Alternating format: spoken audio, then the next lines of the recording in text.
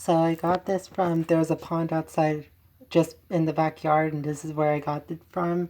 Just right outside of where the water is, like about maybe a foot, about a foot before the water starts coming. That's where I got this from, the sediment sample.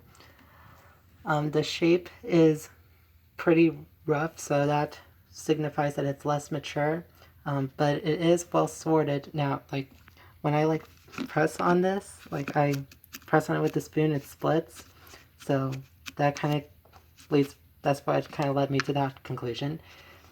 I would say it's self-angular. Like when you look at it closely, it's not exactly like a perfect round grain, like fine grain shape like the beach sand would be. It's much more, it's rough, but it wouldn't necessarily be like any of the higher levels of the size. So, like right above sand is granule, which is 2 to 4 millimeters. I would say that it kind of goes into that category. And I would say it has higher, it like takes a lot higher energy to move. So like if as opposed to beach sand, it might take a little longer to settle in the bottom. So we'll see.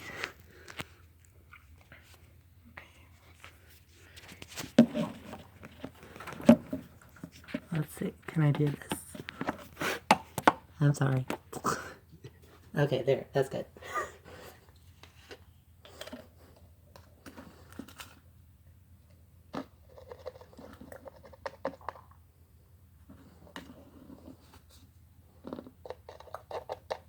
That's good.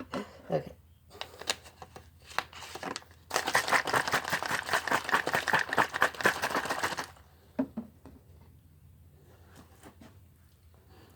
So you can kind of see that it's starting to go into the bottom, but there's still a lot that's like here. So it's taking a longer time to go down because I remember seeing the beach sand, it went down like almost immediately, everything.